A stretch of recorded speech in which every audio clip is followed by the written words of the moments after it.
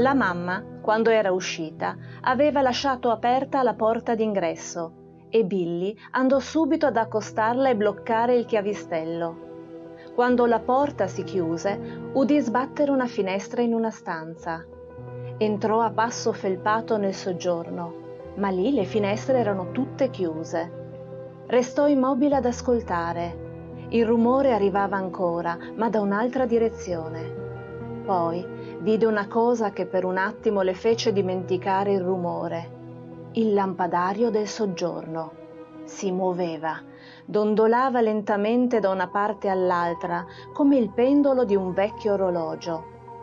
«Sarà il vento che arriva dalla finestra», pensò Billy. Ma nel soggiorno non c'erano finestre aperte. Come faceva il lampadario a dondolare? Entrò nella stanza degli ospiti. Il pavimento era quasi tutto ingombro di scatoloni e roba da buttare. Billy si sentì sollevata quando vide che la finestra era spalancata. Andò subito a chiuderla, come con la porta. Non voleva rischiare di starsene con la finestra aperta, né voleva rischiare di andare a guardare il lampadario del soggiorno. Se si fosse mosso ancora?